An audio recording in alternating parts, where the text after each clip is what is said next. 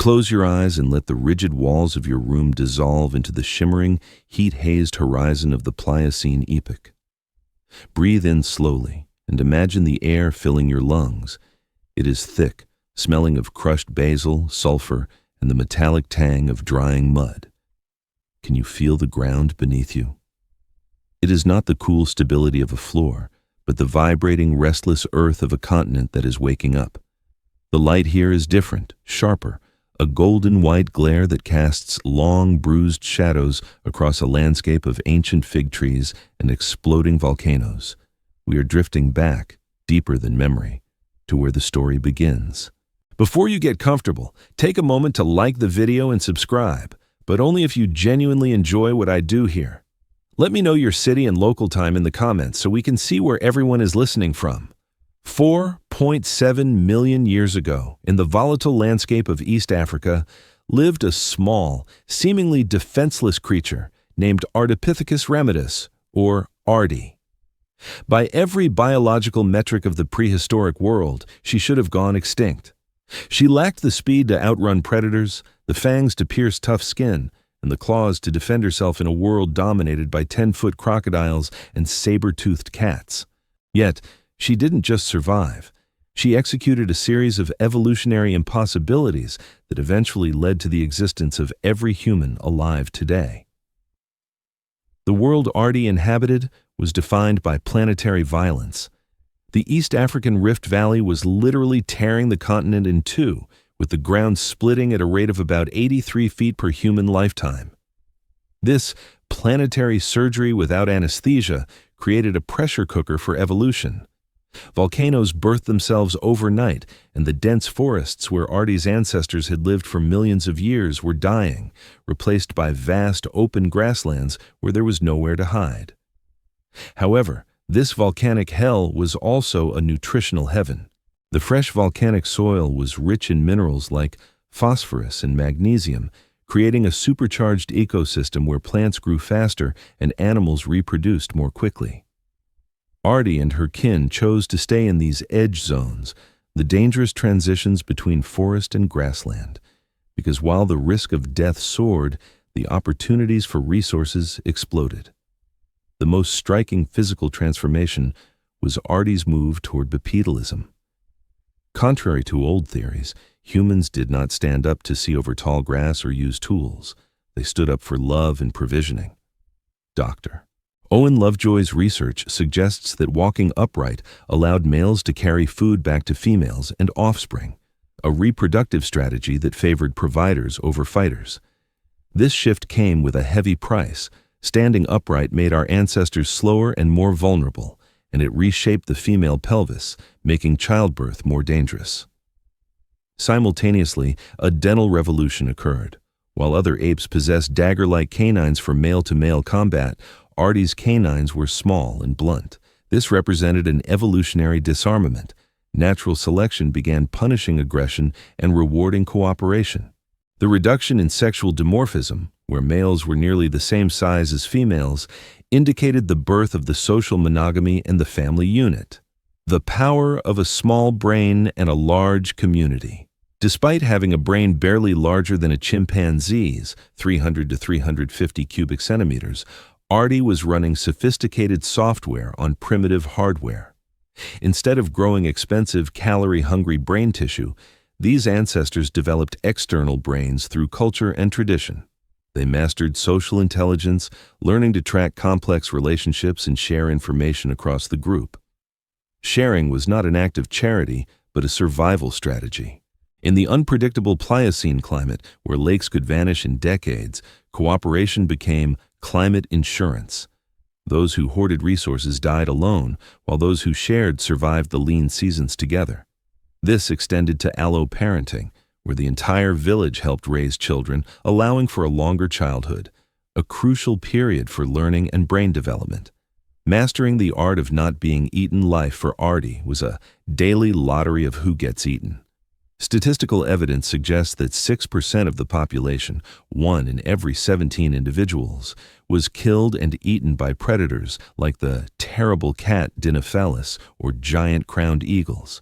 To counter this, they developed the world's first early warning systems.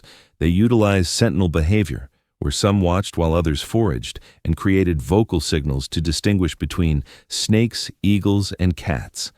They also became time hackers, shifting their activity to the midday heat to avoid the peak hunting hours of crepuscular predators. They read the landscape like a book written in blood, knowing which trees offered the best escape routes and which waterholes were gladiator arenas. Through sheer stubborn brilliance, they turned the pressure of predation into a selection pressure for higher intelligence. Communication. Before words. Before the invention of speech, Artie's kind developed a rich language of gestures, facial expressions, and eye texting. Unlike other apes, they had visible white sclera, allowing them to communicate gaze direction silently, a vital tool for hunting and avoiding predators. They used touch as punctuation and body posture as syntax, conveying complex intentions without making a sound. The legacy in our DNA.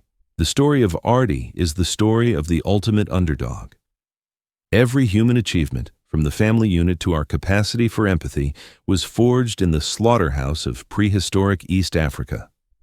We are the culmination of 7 million years of trial, error, and triumph. However, the sources warn that we are currently suffering from evolutionary amnesia. We live in a world of abundance, but suffer from isolation and anxiety because our biology is still wired for the small group, high cooperation environment of the Rift Valley. Our disorders, like the hypervigilance of anxiety or the scanning behavior of ADHD, were once the superpowers that kept our ancestors alive. Ultimately, Artie proves that impossible is temporary. We exist because a weak, slow primate decided that cooperation was better than competition and that walking into danger was better than hiding from change. Her legacy is the proof that even the weakest among us can change the world, provided they have the courage to take the first upright step. And so, we find her there, pausing in the twilight of an ancient day, a silhouette against the burning sky. This is not the hulking caveman of cartoons, dragging a club and grunting at dinosaurs that died millions of years prior. No, dispel that myth from your mind. Artie is something far more delicate, far more interesting. Picture her standing just under 4 feet tall, covered in fur the color of burnt umber and dried leaves, a natural camouflage that makes her nearly invisible against the tree bark. She is a mosaic creature, a puzzle piece that doesn't quite fit the box of ape or human, but floats beautifully in the space between. Her feet are the most curious things about her. They have a grasping big toe, like a thumb, perfect for clutching branches, yet the rest of her foot is stiff enough to push off the ground. She is an impossible primate because she belongs to 2 worlds, refusing to fully commit to the earth or the sky, living in the tension of the in-between. There is a softness to her eyes, a lack of the hard, aggressive ridge that will define later species, suggesting a temperament that is curious rather than conquering. As the wind shifts, carrying the scent of rain from the distant highlands, she does not cower. Historians and scientists often debate how much time she truly spent on 2 legs versus 4, a scholarly argument that likely would have amused her as she navigated a world where the only rule was survival. She is not the queen of this jungle. She is its most stubborn survivor, a creature who defied the lottery of extinction not by force, but by the quiet audacity of adaptation.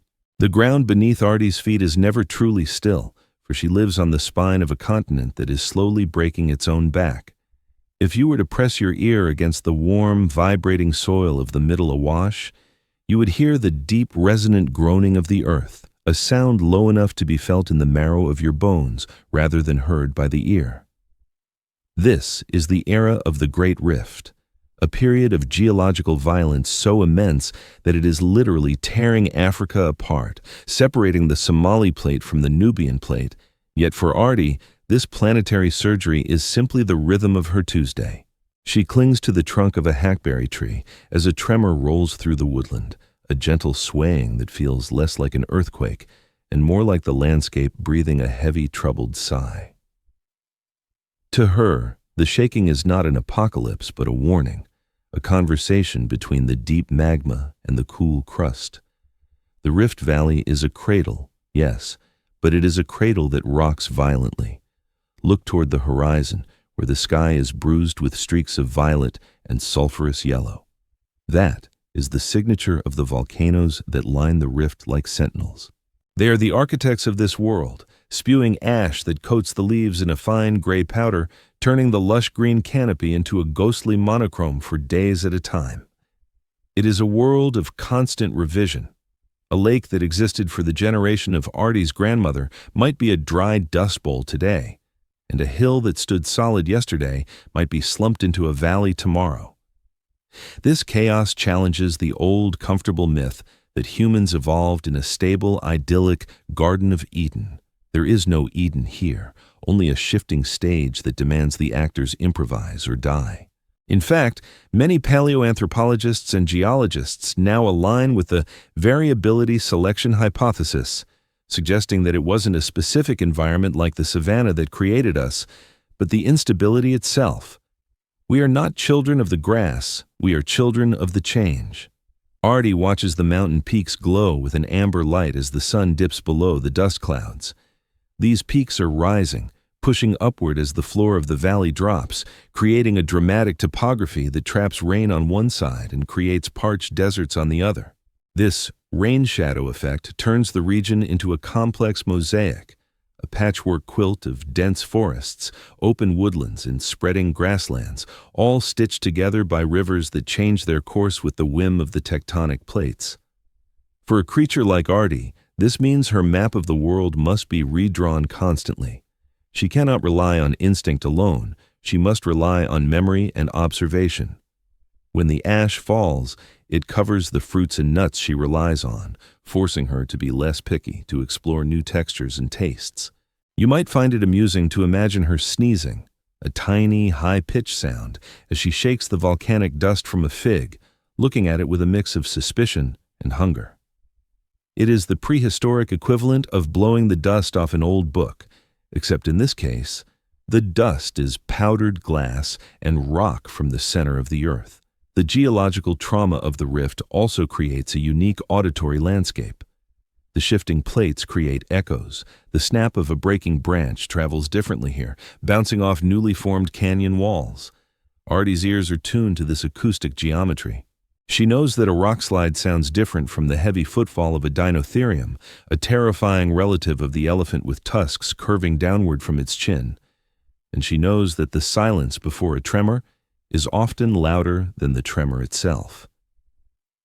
Historians and geologists still argue about the precise speed of these changes, whether the landscape shifted over millennia or if catastrophic events reshaped the valley in mere weeks. But for the listener drifting through this story, the time frame matters less than the feeling. The feeling is one of awe. It is the realization that the ground is alive. The lava flows that spilled from the fissures are not just destructive, they are creative. As they cool, they form black basalt columns, stepping stones that Artie uses to cross the streams, her unique feet gripping the rough, warm stone. This volcanic rock is rich, porous, and eventually breaks down into the most fertile soil imaginable. It is a paradox that defines her existence. The very forces that threaten to burn her world down are the same ones that feed it. The earth bleeds molten rock, and in return, the flowers bloom with a ferocity that is unmatched anywhere else on the planet. The air here is thick with this duality, the scent of burning mingled with the heavy, sweet perfume of blooming acacia. It is a sensory overload that would overwhelm a modern human, but Artie moves through it with a fluid grace, a testament to the adaptability that is already being written into her genetic code. She is witnessing the landscape carving the path for her descendants. The high walls of the Rift Valley will eventually act as a corridor, funneling early humans north and out of Africa, but for now, they are the walls of her nursery. The tectonic activity also creates hot springs, bubbling pools of water heated by the magma below.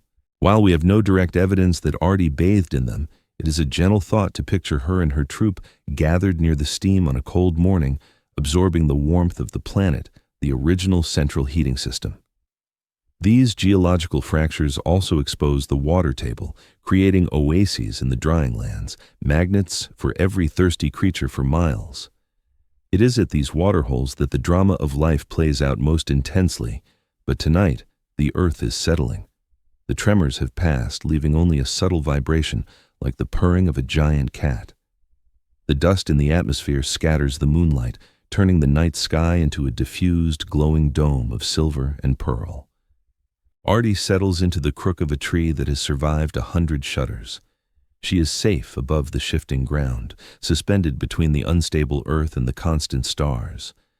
The Rift Valley continues its slow, violent work in the dark, tearing the continent apart inch by inch, but in doing so, it opens the earth to reveal its treasures. It brings the nutrients from the deep up to the surface, preparing a feast for those brave enough to stay. The violence of the geology is the prelude to the abundance of the biology. The stage is set, the lighting is dramatic and ever-changing, and the table is about to be spread with a dangerous, delicious bounty. As the silver dome of the night gives way to a soft, peach-colored dawn, the volcanic mist begins to lift, revealing the true nature of this transformed landscape. It is here, in the gentle morning light, that the paradox of the Pliocene becomes deliciously clear. The same violent earth that threatens to swallow the forest whole has also acted as the world's most potent fertilizer, setting a table of unimaginable abundance for those brave enough to dine at it. The ash that coated the leaves the day before has been washed down to the roots by the heavy morning dew, releasing a potent cocktail of phosphorus, magnesium, and potassium into the dark, loamy soil. This is not the sparse, dry savanna of popular myth, where starving apes were forced to scavenge for scraps. Quite the opposite. This is a supercharged ecosystem, a prehistoric greenhouse where the flora responds to the volcanic nutrients with an explosive vitality. The fig trees are heavy with fruit that ripens faster and grows sweeter than anywhere else. The hackberry bushes are laden with hard, calorie-dense berries.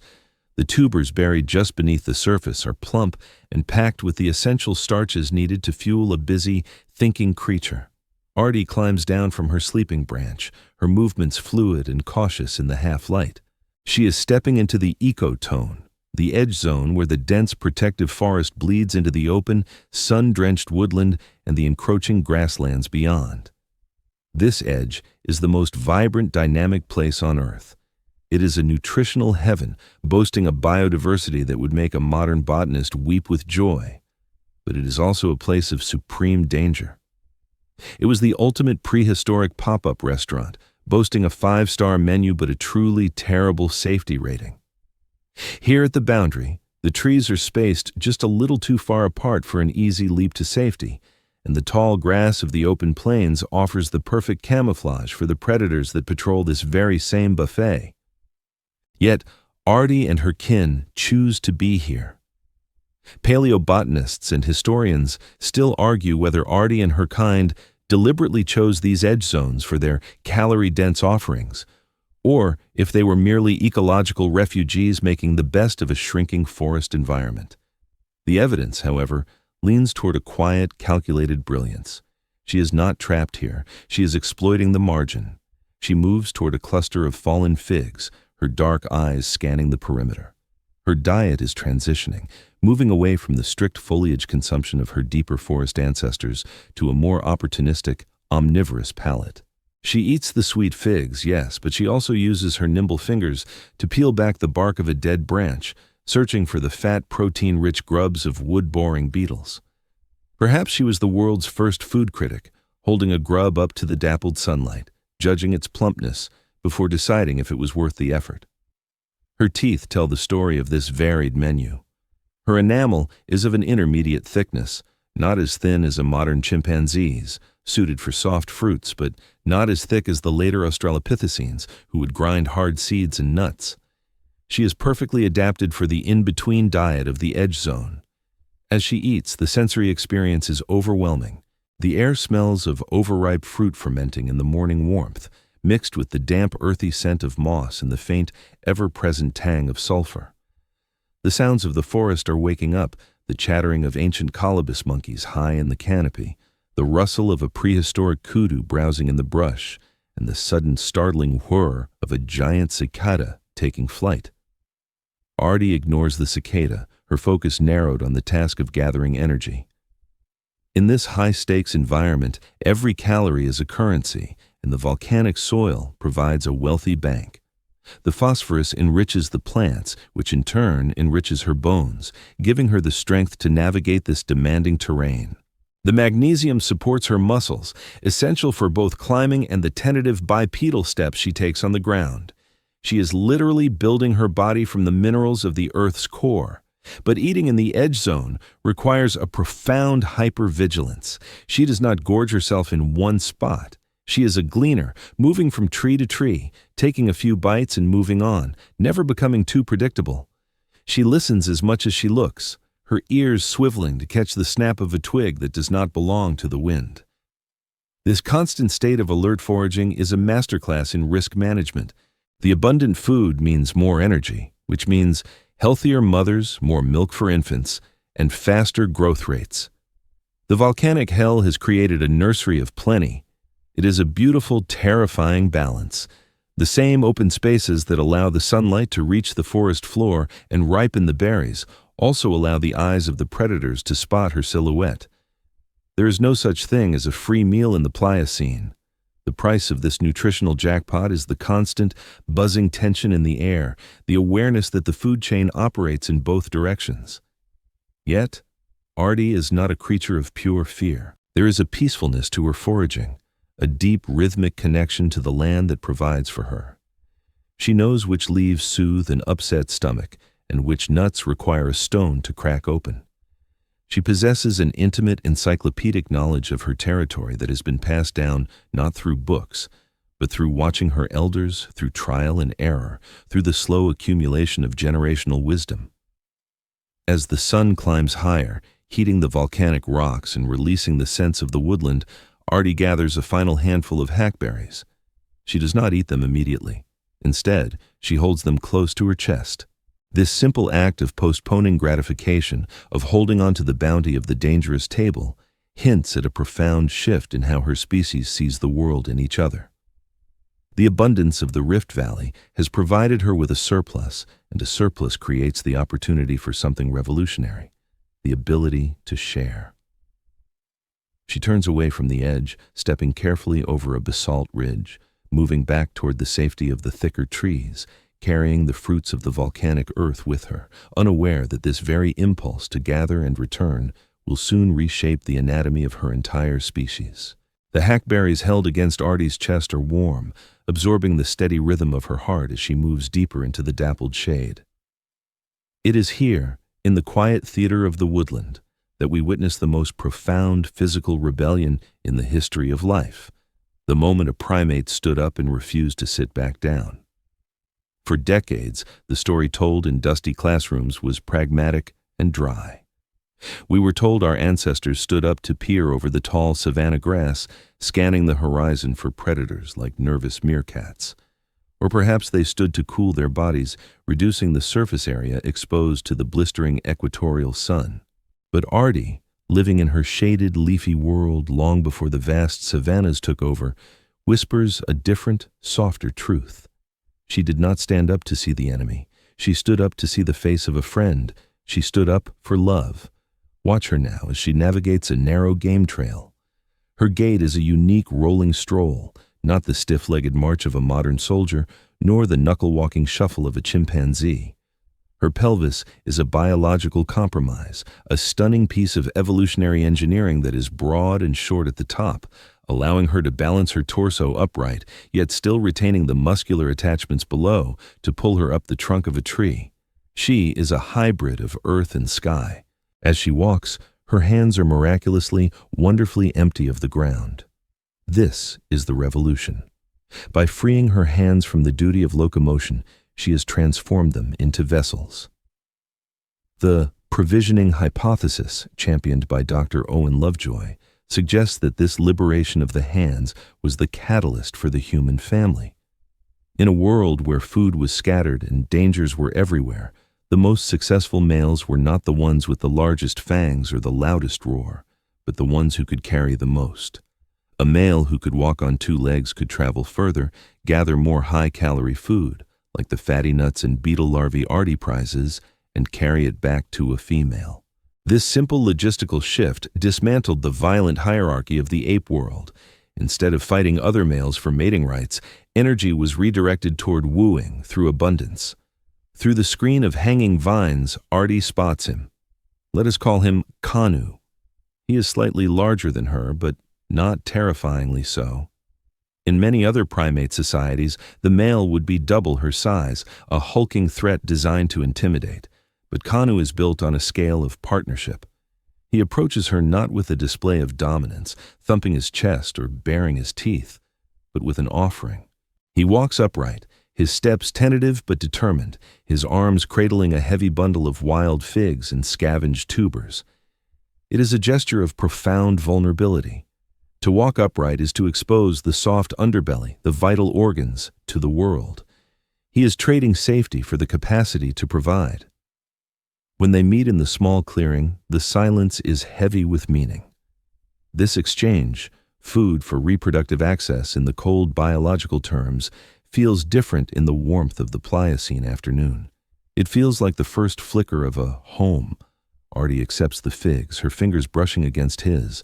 The touch is electric, a communication of trust that transcends the need for language. This is the birth of the pair bond, the evolutionary dawn of the concept of us. By provisioning her, Kanu ensures she has the calories to nurse an infant and the safety to stay hidden from predators. In return, he gains a partner who does not mate with every passing male, but invests in their shared genetic future. This moment challenges the cynical view of human nature that suggests we are inherently violent or selfish. The fossil record of Ardipithecus ramidus argues that our defining trait, our bipedalism, emerged from a strategy of cooperation and care. We walked so we could help. We stood so we could hold. The aggression that defined other branches of the primate family tree was being selected against in our lineage. The males who fought less and carried more were the ones who passed on their genes. The bad boys of the Pliocene went extinct. The helpful dads survived to become our ancestors. The atmosphere in the clearing softens as the afternoon light filters through the leaves, turning the dust motes into floating gold. Artie sits, peeling a fig, while Kanu keeps watch. There's a relaxation in her posture that is rare in the wild. She is not alone. The burden of survival, usually a solitary weight, is now shared. This sharing extends beyond just food. It is a sharing of vigilance, a sharing of space. The neurological implications are staggering. This new social arrangement required a brain capable of tracking a specific partner, of remembering debts and gifts, of understanding the needs of another. It was a cognitive workout that laid the foundation for empathy. Some historians and anthropologists still debate the extent of this monogamy, questioning if it was truly exclusive or merely a tendency toward friendships within the group. Yet, the anatomical evidence of the pelvis and the reduced size of the male canines paints a convincing picture of a society moving away from the tournament style of mating toward something quieter, more stable. It brings a gentle humor to the image of prehistoric life, not a club-wielding brute dragging a woman by the hair, but a slightly awkward, upright-walking male hoping the fruit he found is sweet enough to impress the female he admires. It is a prehistoric date playing out millions of years before the invention of dinner and a movie. The wind rustles the high branches, a soothing, shushing sound that wraps around the pair. The forest floor, carpeted in decaying leaves and soft moss, absorbs the sound of their movements. Artie offers a piece of the tuber back to Kanu. It is a small gesture, but it closes the loop. Reciprocity. The golden rule is not a religious invention. It is a biological one, forged here in the dappled light of Africa. The survival of the fittest has shifted to become the survival of the kindest. As the shadows lengthen, stretching across the forest floor like reaching fingers, the significance of their stance becomes clear. By standing up, they have detached their faces from the ground. They are no longer sniffing the earth constantly. Their sensory field has elevated. They meet eyes on a level plane. They face the world and each other with a vertical dignity. This upright posture exposes the heart, quite literally, and perhaps that is why it feels so right to think of this transition as one driven by connection. They are the architects of a new way of being, building a bridge across the evolutionary divide with nothing but their 2 feet and a handful of figs. The sun begins its descent, casting a warm amber glow over the pair, illuminating the dust that clings to their fur, the dust of a volatile world that they are learning to navigate together, 2 legs at a time. As the golden light of the afternoon fades into the bruised purple of twilight, a different reality settles over the woodland. The romantic image of Kanu returning with food is beautiful, but biology rarely gives gifts without demanding a receipt. The check for this bipedal revolution is about to come due, and the cost is etched into every bone of Artie's body. To stand upright is to fight gravity in a way no other mammal does, and as Artie shifts her weight from one foot to the other, leaning against the rough bark of a sleeping tree, she feels the distinct nagging ache in her lower back. It is a pain that connects her to you, listening in your bed tonight, perhaps shifting to find a comfortable spot. That twinge in the lumbar region is an ancient family heirloom, passed down through 4 million years of ancestors who decided to stack their vertebrae in a vertical column and hope for the best. The transformation required to get Artie off her knuckles and onto her feet was nothing short of total architectural reconstruction. Her pelvis, once a tall, flat blade in her distant ancestors, ideal for sliding through the birth canal, has been twisted and flattened into a bowl shape. This pelvic bowl is necessary to hold her internal organs in place now that she is upright, preventing gravity from pulling them downwards. It acts as the fulcrum for her leg muscles, allowing her to balance on one leg while the other swings forward. But this remodeling has narrowed the exit route for her offspring. Even though Artie's brain is still small, roughly the size of a grapefruit, the path it must travel to enter the world has become a twisting, treacherous obstacle course. This brings us to one of the most poignant ironies of human evolution, the obstetrical dilemma. In the animal kingdom, birth is often a solitary, rapid affair. A chimpanzee mother might birth her infant in minutes, squatting alone, then immediately consume the placenta and move on. For Artie, however, the process is slowing down. It is becoming an ordeal. As the moon rises, casting silver ribbons through the canopy, Artie feels the tightening of her womb. The pain is a sharp, rolling wave that knocks the breath from her lungs. She does not retreat to a dark corner to be alone. Instead, she seeks the proximity of the others. The restructuring of her hips has made the birth canal twist, meaning the baby must rotate to exit. To birth alone is to risk the infant getting stuck or falling the wrong way. Here, in the dim light, we see the roots of midwifery. It is not a formal profession yet, of course, no boiled water or clean towels, but it is a presence. An older female, her fur graying at the muzzle, sits close by. She does not know medical science, but she knows the rhythm of the body. She places a hand on Artie's shoulder, a tactile anchor in the storm of labor. This simple act of being with is revolutionary. The physical difficulty of bipedal birth forced our ancestors to turn childbirth from a private function into a social event. We survived because we learned to ask for help, and we learned to answer the cry of a mother in pain.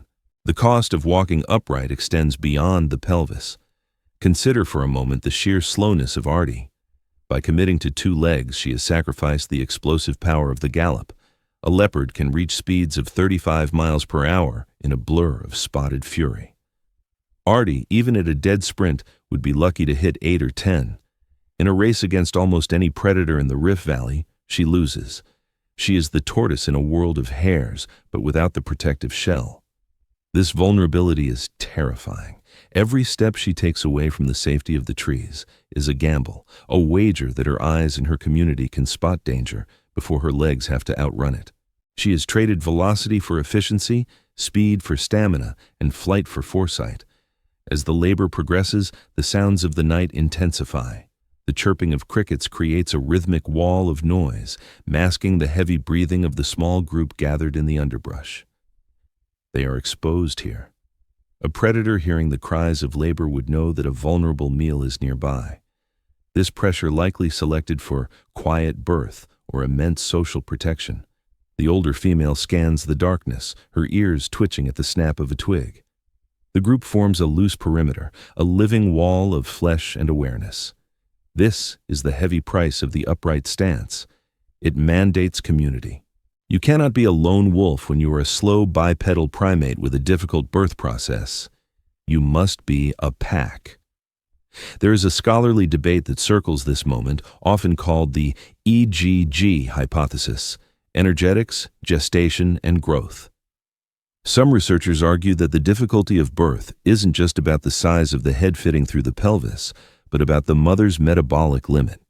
They suggest that a human baby is born early, compared to other mammals, because the mother simply cannot provide enough calories to grow it any further inside her body. We are all, in essence, born premature. Artie's infant, when it finally arrives, will be helpless. A baby zebra stands up within minutes. A baby primate clings within hours. But Artie's baby will be a floppy, fragile bundle that requires constant carrying. Finally, with a guttural exhale that seems to vibrate through the forest floor, the infant slides into the world. The older female catches it, a slippery, dark-eyed creature that immediately grasps at the air with tiny, desperate fingers. The cry is thin, a high-pitched mewl that is quickly hushed by the warmth of Artie's chest. The exhaustion that washes over Artie is absolute. Her hips ache with a dull, throbbing resonance that will last for days, a reminder of the compromise her skeleton has made. She leans back against the supportive arm of the older female, her chest heaving. The baby is safe for now, but looking at the infant, you can see the trade-off. The baby's feet are not yet locked into the walking position. They look more like hands, ready to grasp. The child will not walk for a long time. This prolonged helplessness, this fourth trimester outside the womb, means that for the next few years, Artie's freedom is curtailed. She must carry this weight. But this burden is also the catalyst for love. The intense, prolonged care required to keep such a helpless infant alive deepens the emotional bonds between mother, father, and the group. The night air cools, settling into the valley like a heavy blanket. Artie cleans the infant, her tongue rasping softly over the damp fur. The pain of the birth begins to recede, replaced by a fierce hormonal rush of protectiveness. She is slow, yes. She's prone to backaches, yes. Her knees are fragile hinges, and her ankles are prone to rolling. By the standards of engineering, she is a disaster. But by the standards of evolution, she is a masterpiece of compromise. She has accepted the heavy cost of pain and slowness in exchange for free hands, a supportive society, and the ability to hold her child close to her heart while walking toward the future. The stars wheel overhead, indifferent to the struggle. But down here in the dark, the first tentative roots of the human family tree are being watered with sweat and blood, anchoring themselves in the difficult, beautiful soil of sacrifice. As the new mother rests in the shade, the morning sun climbs higher, piercing the canopy with shafts of brilliant, dust-moted light that illuminate the rest of the troop. It is time to look closely at their faces. If you were to zoom in now, drifting down from the treetops to hover just inches from Kanu as he sits grooming another male, you would witness a biological detail that changes everything. Kanu throws his head back in a wide, lazy yawn, stretching his jaw to its limit. In almost any other primate species, this moment would be a display of terror. A male chimpanzee yawning is not tired. He is flashing a pair of self-sharpening daggers, canine teeth so long and sharp they can slice through flesh like a hot knife through butter. But look at Kanu. His mouth is surprisingly unthreatening. His canines are small, blunt, and diamond-shaped, barely taller than his other teeth. They are not weapons. They are tools for chewing, nothing more. This is the dental disarmament, and it is one of the most significant yet overlooked moments in our history. For centuries, we have told ourselves a story about human origins that is soaked in blood. We imagined our ancestors as killer apes, conquering the world through aggression and violence, led by alpha males who ruled by the law of the fang. But the fossil evidence of Ardipithecus ramidus whispers a completely different narrative, one that is far more radical. The loss of large, weaponized canines tells us that at some point, millions of years ago, being a bully stopped working. In the brutal calculus of natural selection, the aggressive fighting males were slowly weeded out, while the cooperative, milder males, the ones who could work together and provision their families, were the ones who survived to pass on their genes. The alpha was replaced by the partner. This shift is encoded in the very anatomy of the jaw. In aggressive primates, the upper canine hones itself against the lower premolar, creating a mechanism called the C/P3 honing complex. It is a biological switchblade, keeping the tooth razor sharp for combat. Artie and her kin have completely lost this complex. Their teeth are democratic, they are equal in height, designed for grinding a variety of foods rather than puncturing rivals. This suggests a profound drop in intrasexual aggression. It implies that the males were no longer fighting to the death for access to females. The battleground had shifted from the physical arena of combat to the social arena of connection. Watch the interaction between Kanu and the other male, a slightly younger individual we might call Tari. In a chimpanzee troop, the tension between two unrelated males is often palpable, a hair-trigger atmosphere of dominance and submission. But here, the vibe is closer to a couple of old friends sitting on a park bench.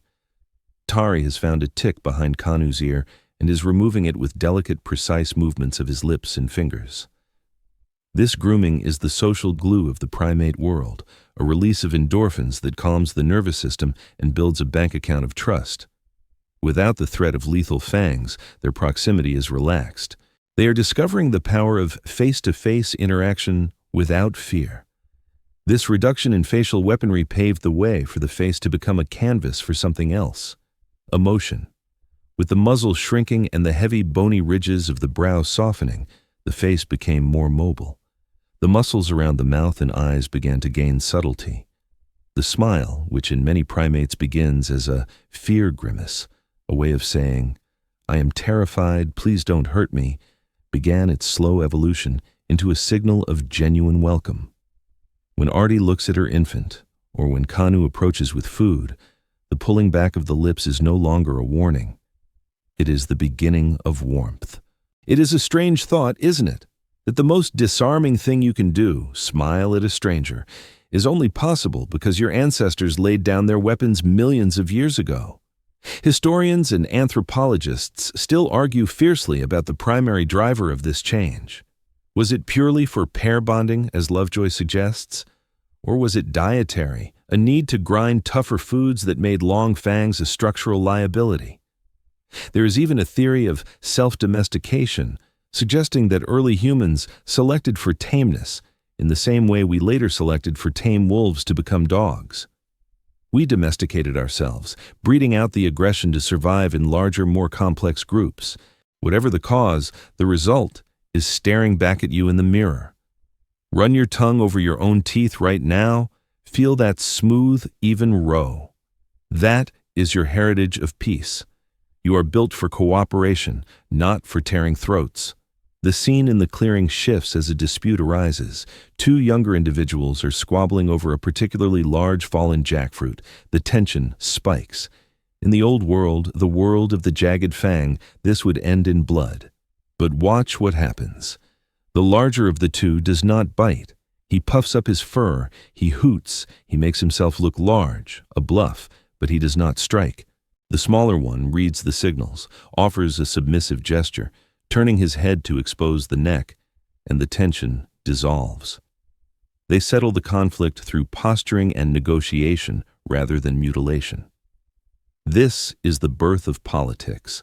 It is the understanding that a conflict resolved without injury is a victory for the group. There is a soft humor in seeing these early humans navigate this new reality. They are like toddlers learning to use their words instead of their fists, except they have no words yet, only a rich vocabulary of grunts, eyebrows, and shrugs. Imagine a prehistoric tough guy trying to look intimidating without the fangs to back it up. It's a bit like a modern tough guy trying to start a fight while wearing fuzzy slippers. The biology just doesn't support the attitude anymore. The evolutionary pressure is pushing them toward being nice, or at least being socially smart. As the sun passes its zenith, bathing the woodland in a vertical baking heat, the troop settles down for the midday rest. This is a crucial time for social bonding. The disarmed face allows for closer sleeping arrangements. They pile together, limbs draped over limbs, a tangle of fur and slow breathing. The vulnerability of the individual is mitigated by the solidarity of the pile. In this proximity, they learn the smell of each other, the rhythm of each other's hearts.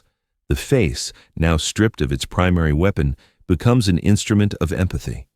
To look into the face of another is to read their intention, not just check for threats. Artie, holding her sleeping infant, watches Kanu across the clearing. He is asleep, his mouth slightly open, looking entirely defenseless.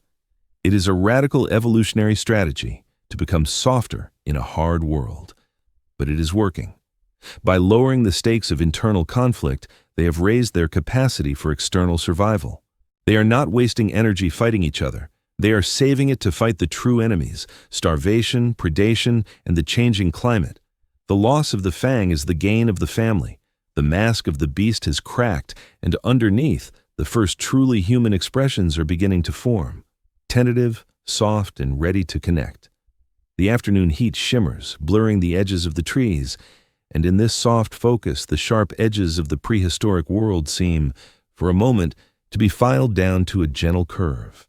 As the sun finally slips below the jagged horizon, painting the sky in deep indigo and charcoal, the forest undergoes a subtle reorganization. The large, chaotic collective of the day begins to fracture into smaller, quieter constellations. It is in this twilight hour that we witness the architecture of a new social invention, the family. Until this point in evolutionary history, the concept of a father was largely theoretical, a biological necessity, yes, but socially irrelevant. In the world of our distant cousins, the chimpanzees or the gorillas, males are often distant figures, roving kings who fight for access to a harem but do little to raise the resulting offspring. But here, under the sheltering branches of a sleeping tree, Artie and Kanu are drafting the blueprint for a different kind of life. This shift is written not just in their behavior, but in the geometry of their bodies. If you were to stand Artie next to Kanu, you would notice something remarkable. They are nearly the same size. In species where males fight brutal wars for dominance, like the silverback gorilla, the males are often twice the size of the females, hulking tanks of muscle designed to crush rivals. This is called high sexual dimorphism. But Kanu is only slightly larger than Artie. This reduction in size difference is a biological flag waving in the wind, signaling that the era of the harem master is ending and the era of the partner has begun. The evolutionary pressure to be a giant, aggressive warlord has evaporated, replaced by the pressure to be a reliable, compatible companion. This is the dawn of social monogamy. It is not necessarily the strict legalistic monogamy of a modern marriage license. Historians and anthropologists are quick to point out that extra-pair copulations, a polite scientific term for sneaking around, likely still happened. But the core unit of society has shifted. Instead of a chaotic free-for-all, there is a stable pair bond. Kanu does not wander off to the edge of the territory to sleep alone or with a bachelor group. He settles down within arm's reach of Artie and their infant. He is investing his time, his energy, and his protection into one female and her offspring. He has bet his genetic future on this specific relationship. There is a quiet revolution in this domestic scene. Imagine Kanu sitting there, perhaps looking a bit tired. He isn't the muscle-bound alpha of fitness magazine fantasies. In fact, you might say he possesses the prehistoric equivalent of a dad bod. Lean, wiry, functional, but not obsessed with bulk. He doesn't need to be a monster. He just needs to be there. His value isn't in how many rivals he can beat up, but in how many calories he can bring home. It is a shift from survival of the strongest to survival of the most supportive. For Artie, this means the crushing burden of raising a slow-growing, helpless infant is shared. She has a teammate. The atmosphere of the evening reinforces this bond. The air is cooling, carrying the scent of damp earth and the heavy, sweet fragrance of night-blooming jasmine. Artie grooms Kanu's shoulder, her fingers working through his fur with a rhythmic, soothing motion. This grooming is not just hygiene, it is a conversation. It releases oxytocin, the love hormone, in both of their brains, cementing the neural pathways that say, "This one. This is my person." In a world of predators and uncertainty, this biochemical tether binds them together, creating a safe harbor where they can lower their guard. It is the prehistoric prototype of sitting on the couch together after a long day, just being present in the same space. However, this new arrangement brings its own complexities. The Lovejoy hypothesis suggests that by pairing off, early humans reduced the intense male-to-male competition that tears other primate groups apart. But it also introduced the concept of jealousy and the need for fidelity. If a male is going to spend his days carrying heavy fruit back to a female instead of eating it himself, he needs to be reasonably sure the baby she is carrying is his. This implies that the drama of relationships, the trust, the betrayal, the makeup, is as old as the hills these characters are sleeping on. We are watching the invention of romance, and with it, the invention of heartbreak. Yet, looking at them now, the feeling is one of stability. The infant stirs, letting out a small squeak. Before Artie can move, Kanu reaches out a hand, brushing the baby's head. It is a clumsy gesture, perhaps, but a profound one. Male baboons would likely ignore the sound or react with irritation. Kanu reacts with concern. This paternal investment is the secret weapon of humanity. It allowed us to have babies that grow slowly, babies that need years of education and care before they can survive on their own. By doubling the parental workforce, our species bought the time for our brains to grow big. We traded the harem for the home, and in doing so, we built the nursery of intelligence. Critically, this family unit is not an island. Artie and Kanu are part of a larger band, a network of other pairs and relatives. But within that crowd, they are a distinct node. This structure, nested families within a larger community, is the bedrock of all human society. It allows for a unique balance of privacy and public life. They have their own inside jokes, their own way of communicating with a look or a touch, a microculture of two. It creates a resilience that a solitary individual can never possess. If Artie falls sick, Kanu is there. If Kanu is injured, Artie is there. They are each other's insurance policy against the cruelty of the Pliocene. As the night fully descends, a silence falls over the group, broken only by the distant laughing call of a hyena, a sound that usually chills the blood. But tonight, it feels far away. Artie leans her head against Kanu's shoulder.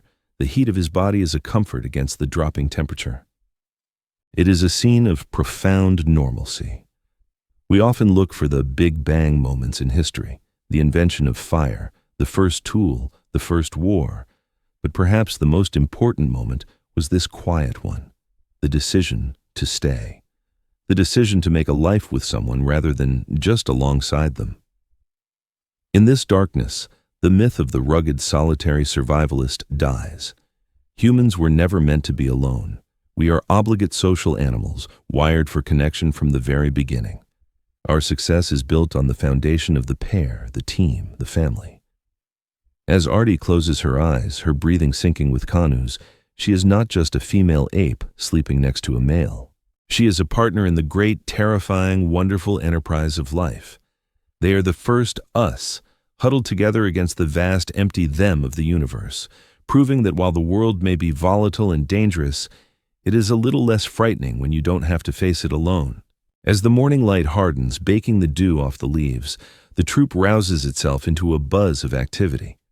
If you could hold Artie's skull in your hands, you might be underwhelmingly surprised. It is small, compact, housing a brain that measures roughly 300 to 350 cubic centimeters, about the size of a modern chimpanzee's and a mere fraction of your own. By the crude metrics of volume, she is not an intellectual giant. In a standardized test of raw processing power, she would score poorly. But to judge her by the size of her cranium is to make a fundamental error, the same error a person makes when they judge a computer's power solely by the size of its tower, ignoring the internet connection that links it to the world. Artie is not running a standalone system. She is a networked terminal. She possesses a small brain, yes, but she is leveraging a massive social mind. This brings us to a fascinating biological balancing act known as the expensive tissue hypothesis. Brains are incredibly greedy organs. In a modern human, the brain represents only about 2% of body weight, but consumes a staggering 20% of the body's energy. It is the metabolic equivalent of driving a Hummer. It burns fuel at a terrifying rate. For Artie, living in a world where the next meal is never guaranteed, growing a massive brain would be a suicide pact. She simply cannot afford the caloric rent. So, evolution devised a brilliant workaround. Instead of building bigger hardware, it upgraded the software. It prioritized social connectivity over raw computational bulk. Watch Artie as she navigates the morning greeting ritual. It looks casual, a touch here, a grunt there. But beneath the surface, she is performing complex data analysis. She is not just seeing faces, she is seeing a web of invisible threads. She knows that the young male, Boro, is the son of the old female, Gia, and that Gia is currently annoyed with Canoe because he took the best sleeping spot last week. She knows that if she grooms Boro, she scores points with Gia, which might pay off later when she needs an ally. This is Machiavellian intelligence, but without the malice. It is the ability to track third-party relationships, to know who is friends with whom and who is feuding with whom. It is a mental map of the social terrain that is just as complex and just as treacherous as the physical landscape of the Rift Valley.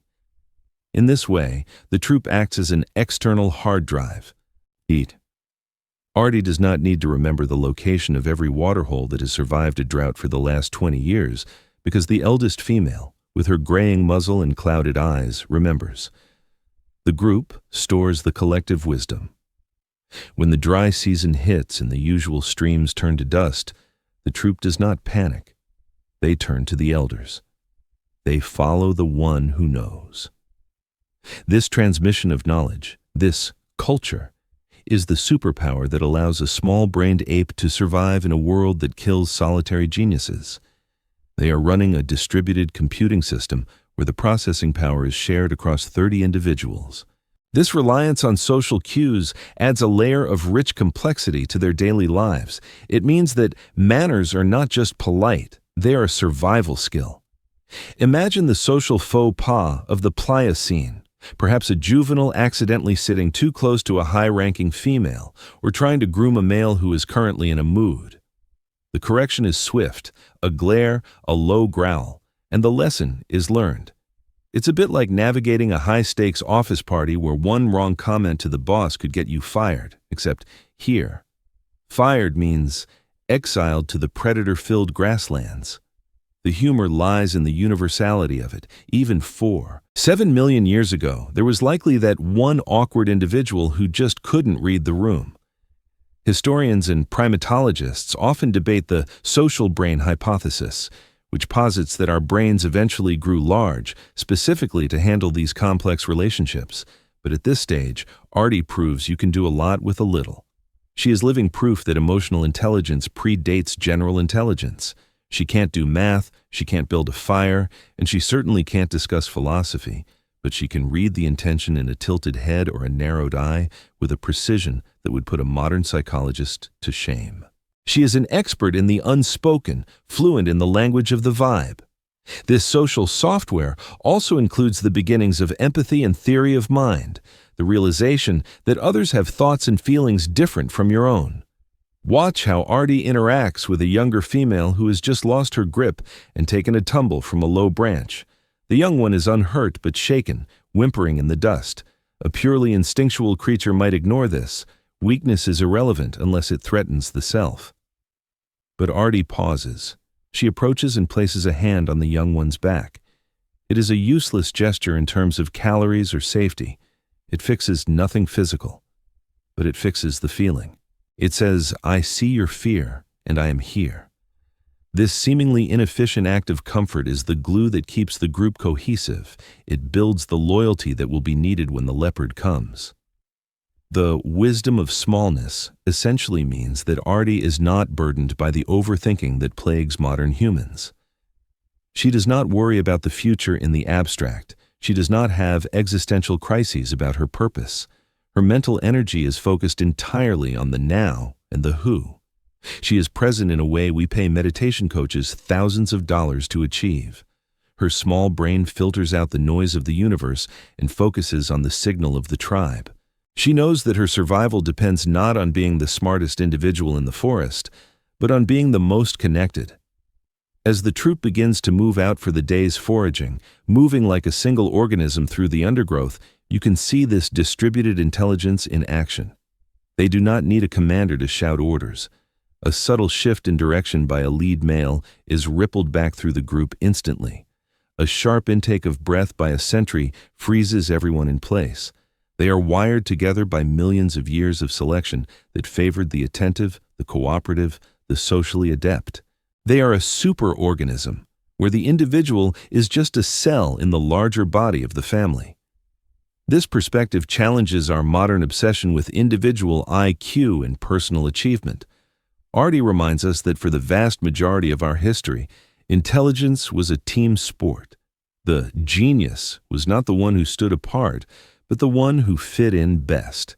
The smartest thing Artie ever did was not inventing a tool or solving a puzzle.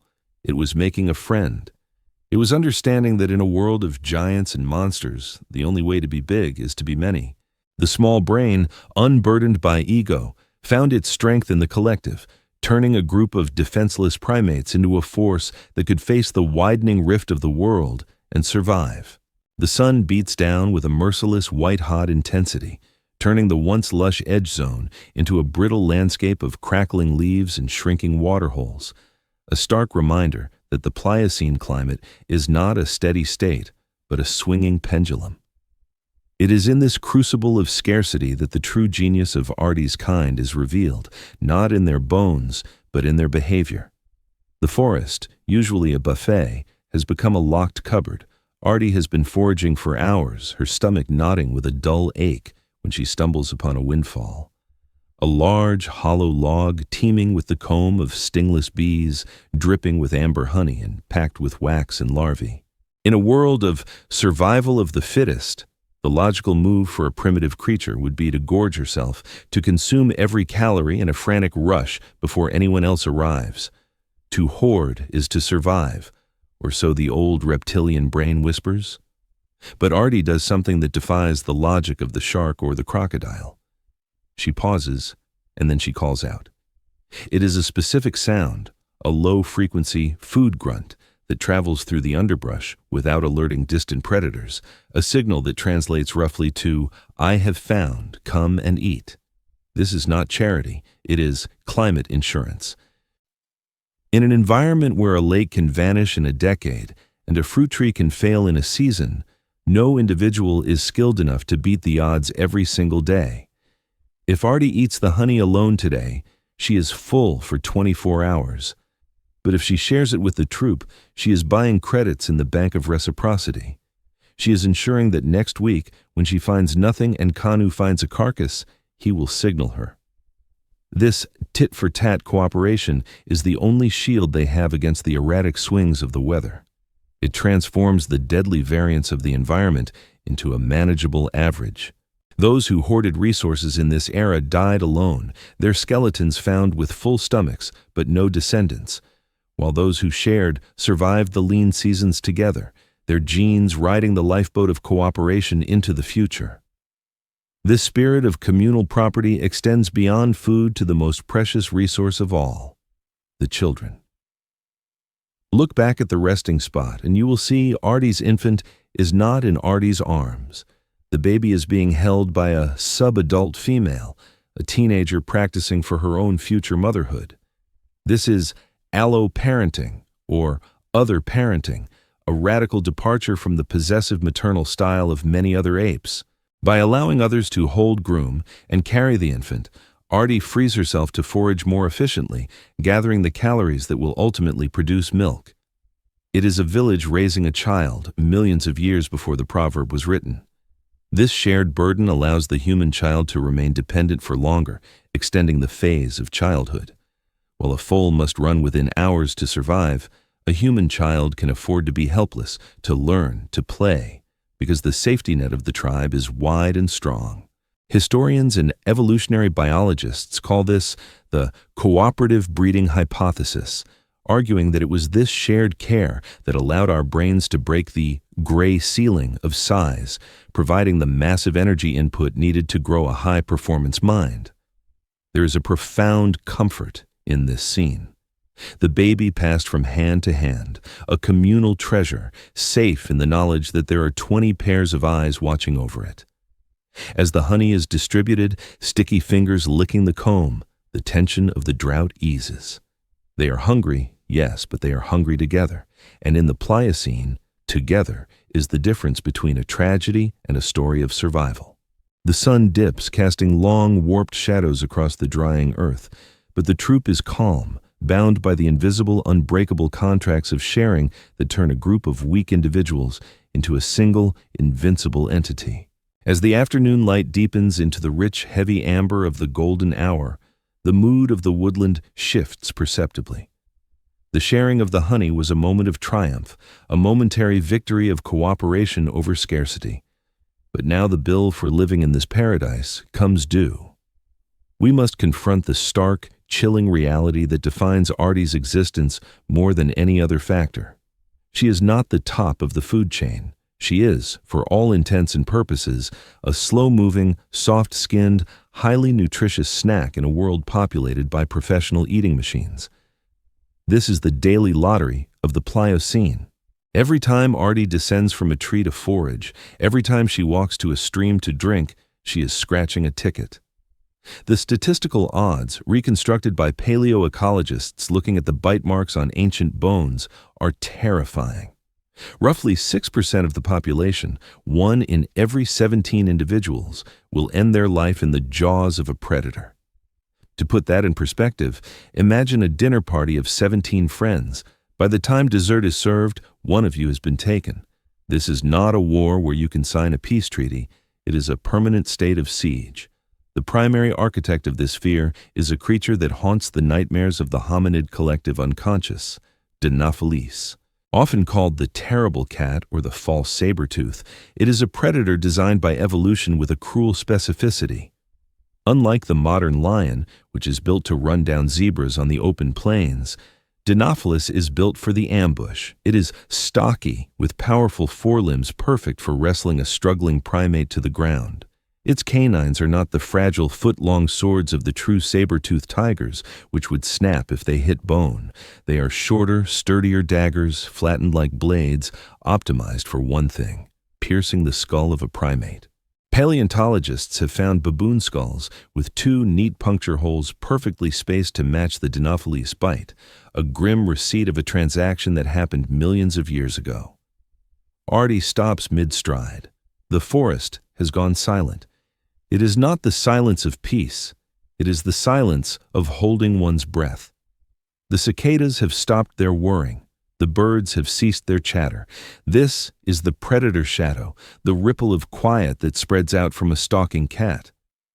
Artie does not run. She cannot outrun a cat that can accelerate like a coiled spring. She freezes. This is the ancient instinct of crypsis, the hope that if she remains statuesque, her brown fur will blend into the bark in the shadows, and the monster will pass her by.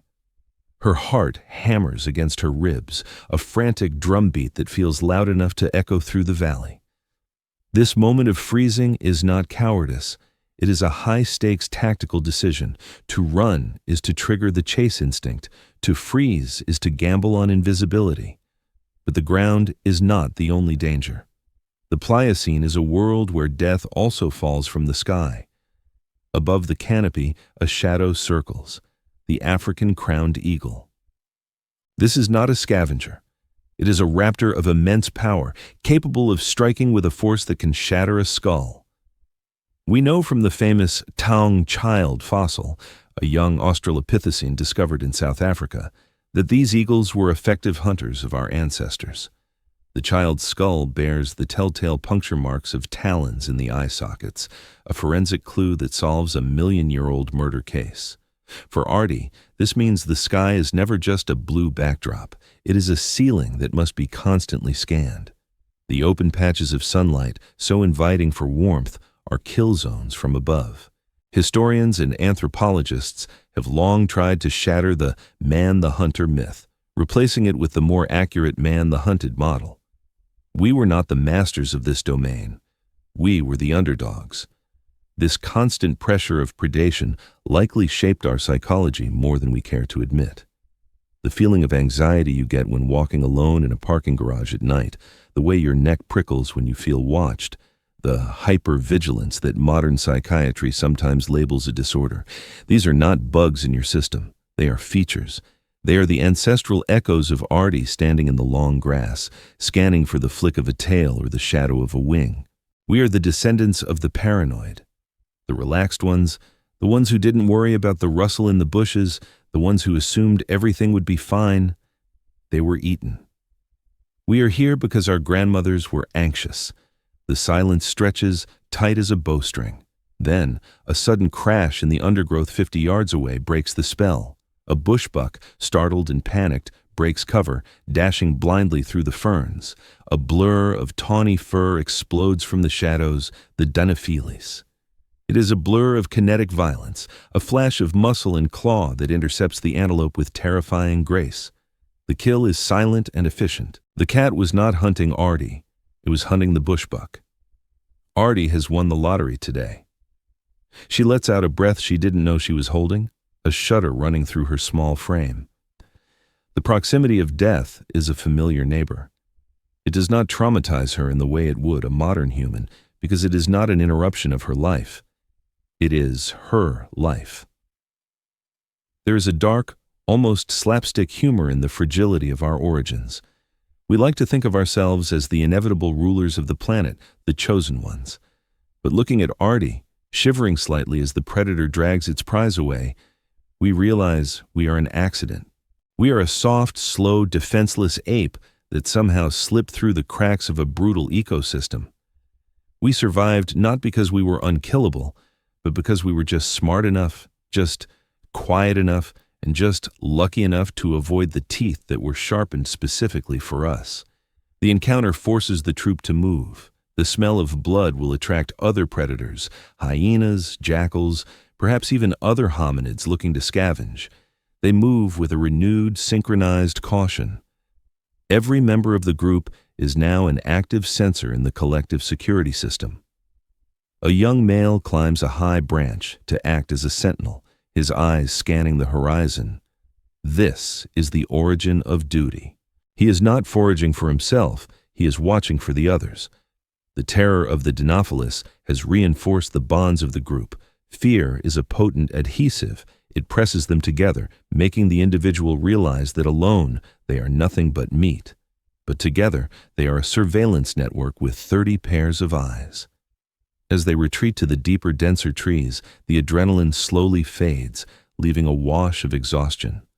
Survival is tiring. The constant state of alert burns calories that are hard to replace. But there is also a resilience here. Artie does not dwell on the near miss.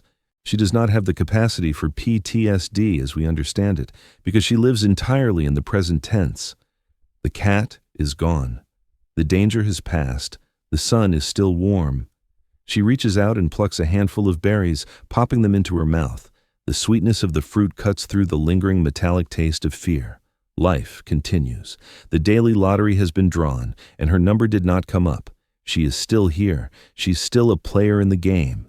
And as the shadows of the evening begin to stretch out, transforming the terrifying open spaces into a landscape of gray and blue, she climbs higher, putting distance between herself and the ground, seeking the sanctuary of the vertical world where the terrible cat cannot easily follow, ready to sleep, to dream, and to wake up and play the game all over again tomorrow. The sun is no longer a benevolent provider of warmth. It is transformed into a hammer. It hangs directly overhead, a blinding white disk punched into a sky of bleached denim, beating down on the Rift Valley with a ferocity that distorts the air itself.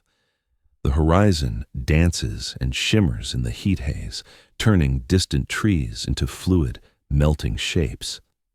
This is the furnace hour, the time of day when the temperature spikes to levels that can kill an unprotected mammal in hours. In the logic of the wild, this should be a time of universal paralysis. The great cats, the dinophalles, and the saber-toothed meganterion have retreated deep into the thickets, panting heavily, their lethal energy sapped by the oppressive heat. They are solar-powered killers, but their batteries have overheated. They are sprawled out in the darkest shade they can find, effectively comatose until the temperature drops. And this is exactly why Artie is awake. She and her troop are time hackers. They have discovered a loophole in the predator-prey contract. By shifting their most vulnerable activities, moving between food patches, traveling to water sources, into the punishing window of midday, they are exploiting a temporal niche where the monsters are asleep. It is a strategy of supreme audacity. They are betting that they can survive the heat better than the cats can. It brings to mind the old saying about mad dogs and Englishmen going out in the midday sun. But Artie was the original pioneer of this madness, millions of years before the British Empire bought its first pith helmet. She is trading the risk of being eaten for the risk of heat stroke, a calculated wager that her physiology can handle the burn better than the heavy fur-clad bodies of her enemies. Watch her as she steps out of the shade of a fig tree and into the blasting light. She moves differently now. Her gait is efficient, minimizing effort. She does not run, she flows. There is a physiological revolution happening under her skin. While historians and paleobiologists still debate exactly when our ancestors lost their thick ape-like fur and developed the ability to sweat profusely, Artie likely represents the beginning of this transition. She may still be furry by our standards, but compared to the chimpanzee, her coat is likely thinning, allowing the breeze to reach her skin. She's becoming a cooling machine. Her upright posture also helps. By standing tall, she exposes less of her body surface to the direct rays of the sun, which hit only her head and shoulders, and lifts her upper body into slightly cooler, breezier air away from the roasting ground. This ability to operate in the thermal danger zone gives her access to resources that are currently unguarded. She leads a small group toward a drying riverbed. In the cool of the morning, this place would be a gladiator arena, teeming with thirsty lions and hyenas. But at high noon, it is abandoned. The silence is profound, broken only by the buzzing of heat-drunk flies and the crackle of dry grass underfoot. They reach a sandy depression where the water has receded underground. Here, Artie's intelligence shines again. She does not just lick the damp sand, she digs. Using a broken stick, a simple ephemeral tool, she scrapes away the top layer of scorching earth to reveal the cool, water-saturated sand beneath. She waits for the liquid to seep into the hole, filtering itself, before stooping to drink. This is extractive foraging, the ability to see the resource that is hidden from view. However, the heat is a relentless adversary. You can see the strain on her face. Her mouth is open, panting slightly. But unlike a dog, she is not just cooling through her tongue. She is relying on a complex network of veins in her face and scalp, a radiator system that keeps her brain from boiling in her skull. The radiators theory, proposed by anthropologist Dean Falk, suggests that this improved blood flow was crucial for allowing our brains to get bigger. A hot brain is a stupid brain, or worse, a dead one. By developing a way to keep the cranial computer cool, Artie's lineage opened the door for future expansion. She is literally sweating out the capacity for higher thought. The troop does not linger. The heat is a ticking clock. They drink, they gather a few tubers that have been baked in the hot soil, and they move on. They navigate the landscape using a mental map of thermal refuges, islands of shade where they can pause and reset their body temperature. It is a game of hopscotch played with the sun. They dash from the shade of an acacia to the shadow of a rock face, managing their internal thermometers with the skill of a biological engineer. This lifestyle requires intense planning. You cannot just wander aimlessly in 100-degree heat. You must know where you are going. This selective pressure forces them to memorize the landscape in high resolution, boosting their spatial memory. There is a moment of tension as they cross a particularly exposed stretch of open ground. The air is so hot it feels solid, pushing against them. A young male lags behind, his movements sluggish. He is flirting with hyperthermia. Artie stops and looks back. She makes a soft, encouraging sound. A contact call. The group slows down. They do not leave him. This is the difference between a herd and a tribe. In a herd of wildebeest, the slow one is left to the lions. In a tribe of hominids, the slow one is urged forward. Kanu moves back and nudges the younger male, breaking his daze. They share the burden of the heat just as they shared the honey. As they reach the safety of a dense grove on the other side of the clearing, the relief is palpable. The temperature drops 10 degrees in the shade. They collapse onto the cool earth, chests heaving. They have successfully pulled off the heist. They have stolen water and travel time from the very jaws of the ecosystem while the wardens were asleep. It is a triumph of timing. By operating in the margins, in the uncomfortable spaces where others refuse to go, they have carved out a living. But as the afternoon wears on, the dynamic begins to shift again. The sun lowers, losing its angry bite, and the light turns golden and forgiving. The heat haze dissipates, and the world comes back into sharp focus. This is the signal. The terrible cats are waking up. A distant roar vibrates through the ground, a low-frequency rumble that signifies the end of the truce. The empire of the sun is falling, and the empire of the fang is rising again. Artie's troop instinctively moves higher, abandoning the forest floor. They have used the day, but they do not own the night. The time hackers have clocked out. They have survived the fire of noon, but now they must prepare for the shadows of dusk, proving once again that in the Pliocene, timing is not just everything. It is the only thing that keeps you from becoming a meal. The jungle is a noisy place. It is a cacophony of shrieks, hoots, buzzes, and roars, a relentless sonic assault where every species is trying to shout louder than the next to claim territory or find a mate. But if you were to sit in the middle of Artie's troop as the evening light softens the harsh edges of the world, the first thing you would notice is the profound, heavy silence at the center of their circle. They do not chatter like monkeys. They do not bellow like gorillas. They are the masters of the quiet conversation, a species that learned to speak long before it learned to talk.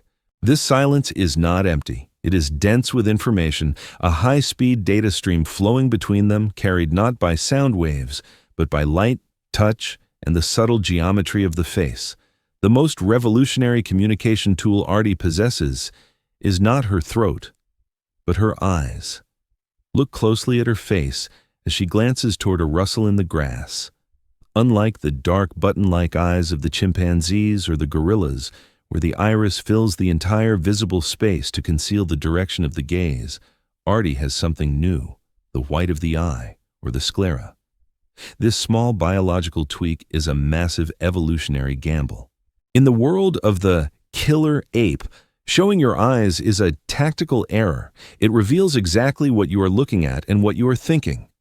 If you are competing with your neighbor for food, you want a poker face. You want to hide your intentions. But Artie's species has evolved past pure competition. The visible white sclera is an invitation, a biological billboard that screams, "Look where I am looking." This is the cooperative eye hypothesis, and it fundamentally changes the game. It allows for gaze cueing, the ability to silently direct the attention of the group to a specific point in space. Imagine the scene. Kanu spots a python coiled on a low branch, freezing in place. He does not scream, which might startle the snake into striking or attract a leopard. Instead, he simply widens his eyes and shifts his gaze deliberately toward the threat. Artie, watching him, sees the flash of white, follows the vector of his look, and instantly locks onto the danger. It is eye texting, an instantaneous silent transfer of life-saving data. They share a mind without sharing a sound. It is a level of intimacy that allows them to move through the forest like a single multi-bodied ghost, drifting around dangers that would ensnare a noisier, less observant troop. But the eyes are just the opening sentence of this silent language. The rest of the conversation is spoken with the hands. We often think of gestures as the poor cousins of speech, something we use when we can't find the right words. But for Artie, gestures are the primary literature. She is a master mime. Historians and linguists argue fiercely over the gestural theory of language origin, which suggests that the Broca's area of our brain, the part that now controls speech, originally evolved to control hand movements. We didn't shout our way to intelligence. We pointed our way there. Consider the simple act of pointing. It seems trivial, something a toddler does. But in the animal kingdom, it is a sign of genius. If you point a finger for a wolf or a chimpanzee, they will usually look at your finger. If you point a finger for a dog, who has evolved alongside us, or a human infant, they look at what you are pointing at. Artie can point. She can extend a long, dark finger toward a distant ridge where the fruit trees are ripening, and the others understand the abstraction. She is saying, there, in the future. That is where we go. It is the first step toward discussing things that are not immediately present, the birth of imagination and planning. Then there is the syntax of touch. In the absence of I love you or I'm sorry, Artie uses the skin. Grooming is the grammar of the troupe. It is not just about removing lice, it is a complex negotiation. A quick, vigorous scratch might mean, I am excited, let's go. A slow, rhythmic stroking might mean, calm down, the danger is over. A hand placed firmly on a forearm might be a reprimand, a silent, stop that. This tactile language has its own rules and etiquette. To groom someone is to pay a compliment. To turn your back and refuse grooming is a stinging insult, a left on red that cuts deep in a society where social standing is everything. There's a gentle humor in watching them navigate these misunderstandings. Picture a young, overeager male trying to initiate a grooming session with an elder female who is simply not in the mood. He approaches, making a soft, inquiring coo, eyebrows raised. She gives him a look, that universal withering stare that mothers have perfected over 4 million years, and shifts her shoulder away by an inch. The message is received loud and clear. Not now, kid. He retreats, feigning interest in a dead leaf to save face. It is a scene straight out of a modern family living room, played out in the dust of the Pliocene. While they lack complex words, they are not mute. Their world is filled with prosody, the musical, emotional component of sound. They hum, they coo, they grunt in specific tones. They have a vocabulary of vibes. A sharp staccato bark is an aerial predator alarm. A low, rolling growl is a ground threat. A soft, undulating hum is a gathering sound, used to call the kids in for dinner, or rather, for sleep. Scientists call these proto-words, distinct from the involuntary screams of other apes because they are somewhat voluntary. Artie can choose to make the sound or stay silent. She is the conductor of her own voice. This rich, non-verbal tapestry creates a society of intense observation, because they cannot just lazy ask, "How are you feeling?" They must watch. They must read the tension in a jaw, the slump of a shoulder, the speed of a blink. They are hyper-empathic, constantly scanning the emotional barometer of the room or the clearing. This wiring is still with us. It's why you can sometimes walk into a room and instantly know two people have been fighting, even if they are smiling. You are using your inner Artie, reading the invisible text of the atmosphere. As the twilight deepens, turning the figures into silhouettes, the communication shifts to pure reassurance. The infants, tired from the day, begin to fret. Artie does not hush her baby with a shh. She uses a rhythmic patting motion, a tactile heartbeat that mimics the pulse of the womb. She rocks back and forth. This rocking is a universal human instinct, a vestibular soothing mechanism that transcends culture and time. It is the body saying to the brain, "You are held, you are moving, you are safe." The language of Artie is, in many ways, more honest than our own. Words can lie. You can smile and say, "I'm fine," while your heart is breaking. But you cannot lie in the language of the Pliocene. Your eyes, your sweat, your posture, they tell the truth. In this pre-linguistic world, there is no deception, only presence. They are fully known to one another. There are no secrets in the troupe, only shared realities. The night fully descends and the visual cues fade into darkness. Now, touch becomes the only tether. They sleep in a huddle, a tangled pile of limbs where it is hard to tell where one individual ends and another begins. In this darkness, the communication is reduced to the simplest, most profound message of all, the pressure of another body against yours. It says, "I am here. You are not alone." It is a conversation that requires no vocabulary, a dialogue of warmth that has kept our species alive through the long, dark nights of history, whispering comfort into the void long before we ever invented the words to describe it. The sun has finally abandoned the sky, slipping behind the purple bruise of the western mountains, and the world undergoes a chromatic shift. The vibrant greens and golds of the day are drained away, replaced by a monochrome palette of silver, charcoal, and indigo. This is the blue hour, the liminal space between the rule of the eye and the rule of the ear. For Artie and her kin, this lighting change is the biological dinner bell for anxiety. The ground, which was their workplace, their dining room, and their social club for the last 12 hours, is rapidly becoming a death trap. The soil, still radiating the stored heat of the day, begins to vibrate with the heavy padded footfalls of the night shift. The saber-toothed cats, the giant hyenas, the creatures that see in the dark better than Artie ever could. It is time to commute home. And for Ardipithecus remitis, home is not a place on a map, it is a direction, up. Watch the transformation in Artie's body language as she approaches the base of a massive ancient fig tree. All day she has been a tentative biped, walking on two legs with a rolling, somewhat inefficient gait, always balancing the cost of gravity against the benefit of carrying.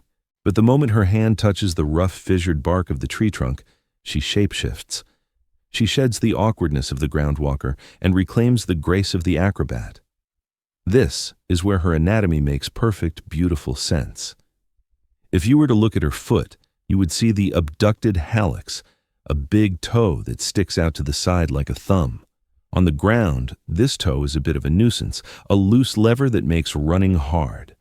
But here, against the vertical challenge of the trunk, it is a master key. It locks onto vines and branches with a grip of steel, turning the vertical climb into a ladder. She is not fighting the tree, she is shaking hands with it. The ascent is a journey back in time.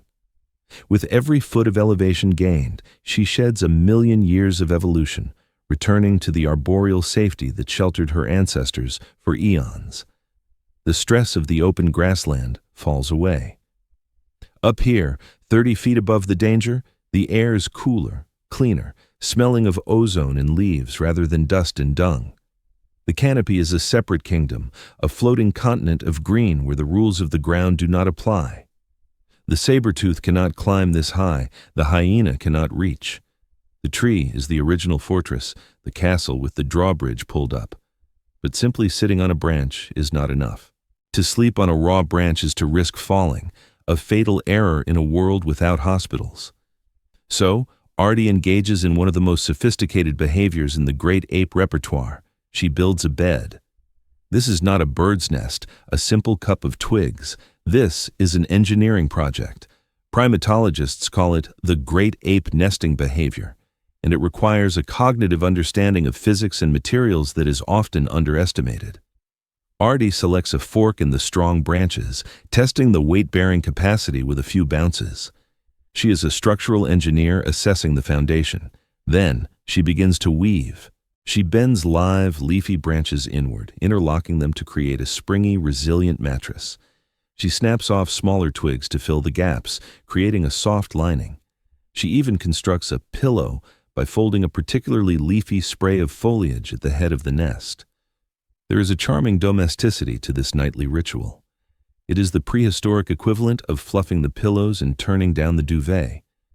It suggests that the desire for comfort, for a good night's sleep, is not a modern luxury but a primal necessity. Historians and sleep researchers debate whether this complex nest building was the catalyst for higher intelligence. A good bed means deeper sleep, specifically REM sleep, which allows the brain to process memories and repair itself. By engineering a safe, comfortable platform, Artie was essentially building a charging station for her growing mind. The sleep platform hypothesis argues that we only became smart because we first figured out how to sleep without falling out of the tree. We dreamt our way to brilliance. The troop settles into their individual nests, dotted across the canopy like stars in a wooden sky. The infants sleep with their mothers, tucked into the curve of the belly, while the juveniles practice building their own clumsy, lopsided nests nearby. There is a soft humor in watching a young male wrestle with a branch that refuses to bend, eventually giving up and sleeping on a bumpy, half-finished mattress, a lesson in craftsmanship he will feel in his back tomorrow morning. The social hierarchy is mapped out in altitude. The most dominant individuals often take the highest, most secure spots, while the younger or lower-ranking ones sleep slightly lower, acting as unintended sentries for the VIPs above. As the last light fades, the auditory landscape shifts. The day shift sounds, the buzz of flies, the call of the hornbill, are silenced, replaced by the night shift. Chidonis. The chirping of crickets becomes a deafening rhythmic wall of sound, a white noise machine that drowns out the smaller rustles of the dark. The distant whoop of a hyena echoes off the canyon walls, a sound that usually triggers a cortisol spike. But up here, swaddled in leaves, it is merely a reminder of how clever they were to climb. They are safe. They are the ghosts in the trees, invisible and unreachable. However, the transition to sleep is not instant. This is the time for twilight contemplation. Lying on her back, looking up through the gaps in the leaves at the emerging stars, Artie is in a state of wakeful rest. Without the distractions of foraging or predators, her mind is free to wander. What does a hominid think about in the dark? Does she replay the location of the fig tree? Does she worry about the strange look Kanu gave her? Does she wonder about the bright, cold lights in the sky? This quiet time in the nest may have been the incubator for the first abstract thoughts, the first moments of offline processing where the brain connects disparate dots. It is the prehistoric version of the thoughts that keep you awake at night, the replay of the day's events, the planning for tomorrow. Occasionally, a muscle twitches. Artie's leg jerks suddenly, a hypnic jerk. You know the sensation. It is the feeling of falling just as you drift off to sleep, startling you awake. For you in your secure bed, it is a vestigial annoyance. But for Artie, this reflex is a lifesaver. It is a biological alarm system wired into her nervous system, a tree safety check designed to wake her up if her body senses a loss of stability. The falling primate hypothesis suggests that we still have this reflex today because for millions of years, falling meant dying. Every time you jolt awake from that sensation, you are high-fiving Artie across the eons, acknowledging the shared memory of a time when the bed was a branch and gravity was the enemy. The wind picks up, rustling the thousands of leaves around her. The tree sways gently, a massive living cradle rocking its children to sleep. This motion is soothing, a rhythmic lulling that mimics the movement of a mother. It explains why we, millions of years later, still find rocking chairs and hammocks so relaxing. We are hardwired to find peace in the gentle sway of the canopy. The scent of the crushed leaves in her nest, camphor and eucalyptus, acts as a natural insect repellent, keeping the biting mosquitoes at bay. She has built a sanctuary that addresses every sense, soft to the touch, soothing to the ear, repelling to the bugs, and safe from the beasts. Artie closes her eyes. Her breathing slows, syncing with the rhythm of the troop around her.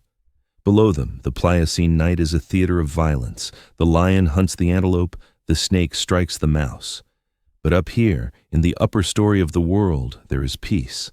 The tree has accepted them back. For all their revolutionary walking on the ground, for all their bravado in the midday sun, they are still, at heart, children of the forest. They return to the source every night to recharge, suspended between the earth they are conquering and the sky they cannot reach. The darkness wraps around them like a heavy velvet blanket, and the impossible primate drifts into a sleep that is deep, restorative, and filled with the dreams that will eventually rewrite the world. As Artie sleeps in the canopy, drifting through the REM cycles that knit her memories into wisdom, we must bridge the vast, silent chasm of time that separates her breathing form from yours.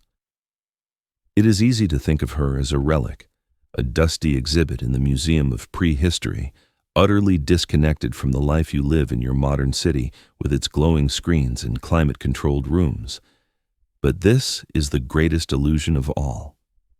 Artie is not gone. She is hiding in the spiral staircase of your DNA. She is the ghost in your machine. Every time your heart races before a public speech, every time you crave sugar when you are stressed, every time you feel a sudden, inexplicable wave of loneliness, you are feeling the phantom limb of the Pliocene. We are currently living through what evolutionary biologists call a mismatch disease, a state of friction where our ancient bodies, sculpted for the Rift Valley, collide with a modern world we were never designed to inhabit. Consider the phenomenon of anxiety. In the modern world, we treat anxiety as a disorder, a malfunction of the brain's chemistry that needs to be fixed. But for Artie, anxiety was a superpower. It was the sentinel intelligence that kept her alive. When you wake up at 3 a.m., your mind racing with worries about money, emails, or the future, you are reenacting a survival script written 4.7 million years ago. In Artie's world, 3 a.m. was the witching hour, the time when the fire had died down and the predators were most active. The ancestors who slept soundly through the night, the ones who were chill and unbothered, were the ones who were eaten in their sleep, the ones who woke up at the slightest snap of a twig, their hearts pounding, their cortisol spiking to prepare for a fight or flight. They were the ones who survived to become your grandparents. Your insomnia is not a flaw. It is a hyperactive security system that hasn't realized the saber-toothed cats are extinct. It is the smoke detector principle of evolutionary medicine. Nature designed you to have 1,000 false alarms, worrying when there is no danger, because the cost of one false negative, sleeping through a real danger, was death. You are the descendant of the paranoid, and your vigilance is an ancient inheritance. Then there is the way our minds wander. In a classroom or an office, we penalize the inability to focus on one thing for hours. We label it attention deficit, pathologizing the drifting mind. But look back at Artie foraging in the edge zone. If she hyper-focused on one task, say, digging for a tuber, to the exclusion of everything else, she would miss the leopard creeping through the grass.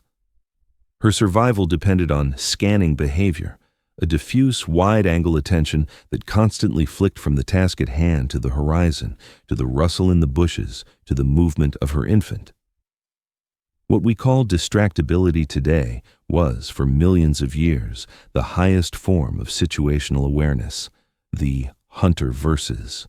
Farmer hypothesis suggests that many of the traits associated with ADHD are actually hunter traits, high energy, constant scanning, impulsive rapid reaction, that have become maladaptive only because we are now forced to sit in chairs and act like farmers.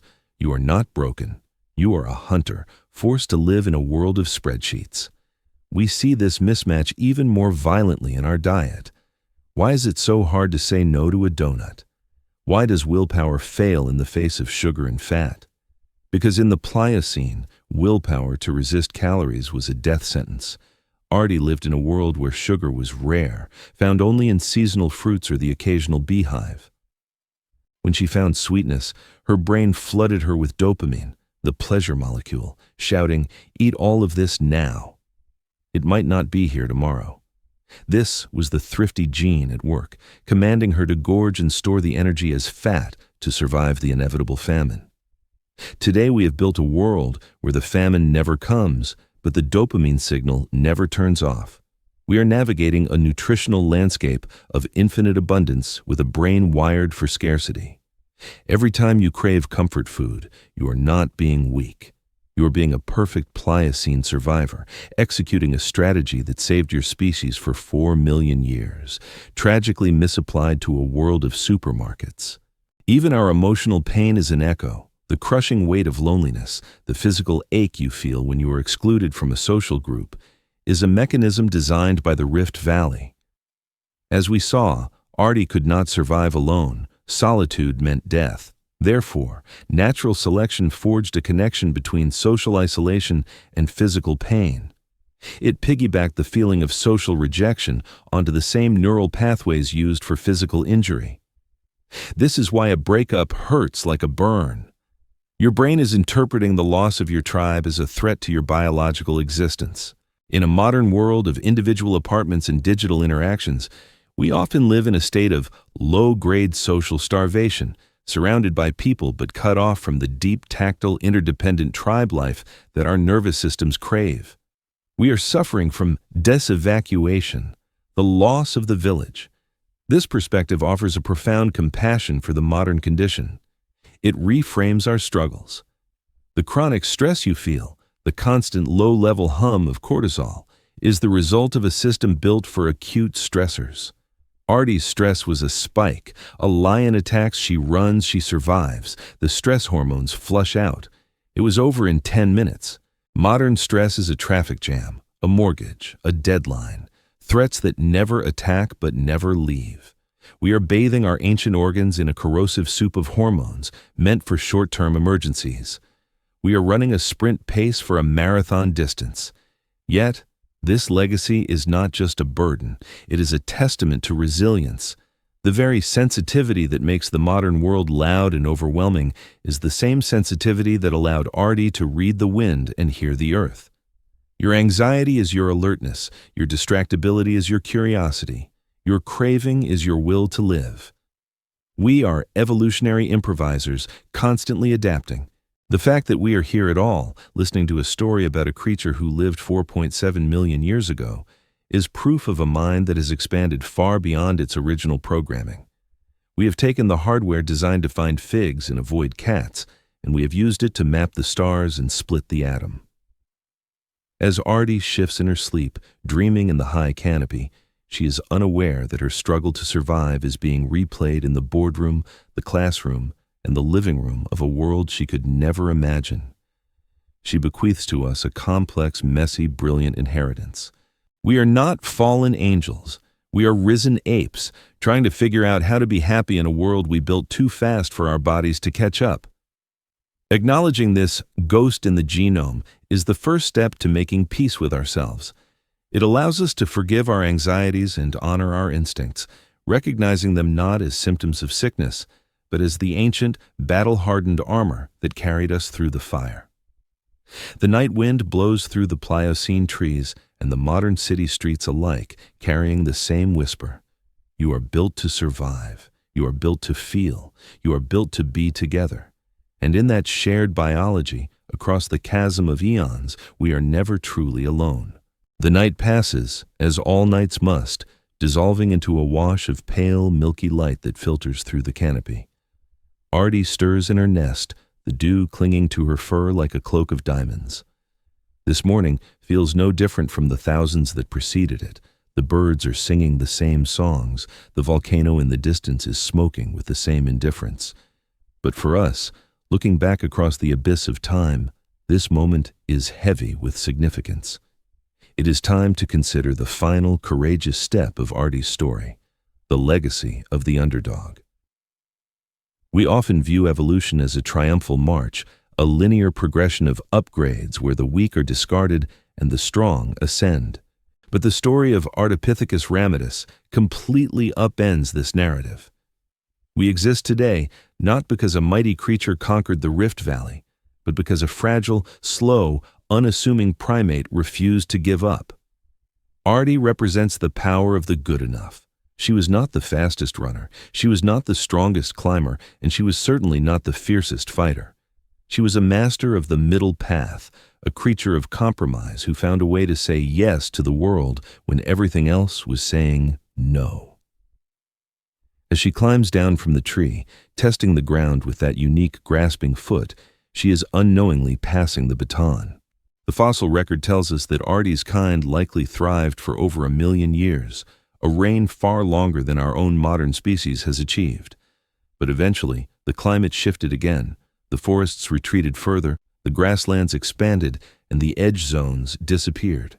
The world demanded a new adaptation. From the lineage of Artie emerged the Australopithecines, most famously represented by Lucy, Australopithecus afarensis. Lucy was the daughter of Artie's legacy, a creature who committed fully to the ground, losing the grasping toe and gaining the arched foot of a walker. Artie was the bridge, the essential link that allowed the primate family to cross from the safety of the trees to the danger of the open savanna. Without Artie's tentative bipedalism, Lucy never walks. Without Lucy walking, the genus Homo never rises. Without Homo, there is no fire, no language, no wheel, and no you. This realization brings a profound sense of intimacy to the history. Every single human achievement, the pyramids, the moon landing, the symphonies of Beethoven, the simple act of baking bread, can be traced back to this small, furry creature surviving the daily lottery in the Afar Depression. We are the butterfly effect of her survival. If Adenophilis had been just 1 second faster, if a drought had lasted just 1 week longer, the entire chain would have broken. The human race is, in essence, a statistical miracle, a streak of luck that has lasted for 4 million years. This should not make us feel small. It should make us feel precious. We are the carriers of a flame that was sparked in the dark of the Pliocene, a flame that was shielded from the wind by the cupped hands of 1,000 generations of mothers who fought to keep it lit. There is a specific kind of courage in Artie's life that is often overlooked. It is not the courage of the warrior charging into battle. It is the courage of continuity, kautio. It is the bravery required to simply get up and do it again. To face a world that is trying to eat you, a climate that is trying to starve you, and a geology that is trying to burn you, and to decide that life is still worth the effort. It is the quiet heroism of the parent, the forager, the survivor. Artie proves that impossible is just a temporary label. It was impossible for an ape to walk upright without losing speed. It was impossible to lose the sharp canines and still defend the group. It was impossible for a small-brained creature to dominate the planet. Yet, here we are. We are the children of the impossible. As Artie moves away from the tree line, stepping into the golden wash of the morning sun, she pauses one last time. She looks back toward the forest, the ancestral home she is slowly leaving behind, and then turns her face toward the open horizon. This is the pivotal moment. It is the decision to embrace the unknown. The savanna hypothesis may have been updated and refined, but the poetic truth remains. We are the species that left the garden. We are the explorers. We traded the safety of the known for the potential of the unknown. That restlessness, that desire to see what is over the next hill, is Artie's gift to us. It is the itch that drove us out of Africa, across the ice bridges, over the oceans, and eventually to the stars. The wind blows through the grass, creating a sea of rippling green that swallows her small figure. She is fading now, dissolving back into the landscape that made her. The details of her face, the soft eyes, the inquiring gaze, are blurring into the mist of deep time. But she does not disappear. She lives on in the arch of your foot, in the shape of your pelvis, in the way you smile at a stranger, and in the anxious beat of your heart when the lights go out. She is the root, and we are the leaves. The distance between us is measured in millions of years, but the connection is measured in a heartbeat. Ultimately, the story of life 4.7 million years ago is a lullaby of hope. It reminds us that vulnerability is not a defect, it is the cradle of connection. It teaches us that you don't have to be the biggest or the strongest to change the world. You just have to be willing to stand up, to share what you have, and to keep walking, step by tentative step, into the light.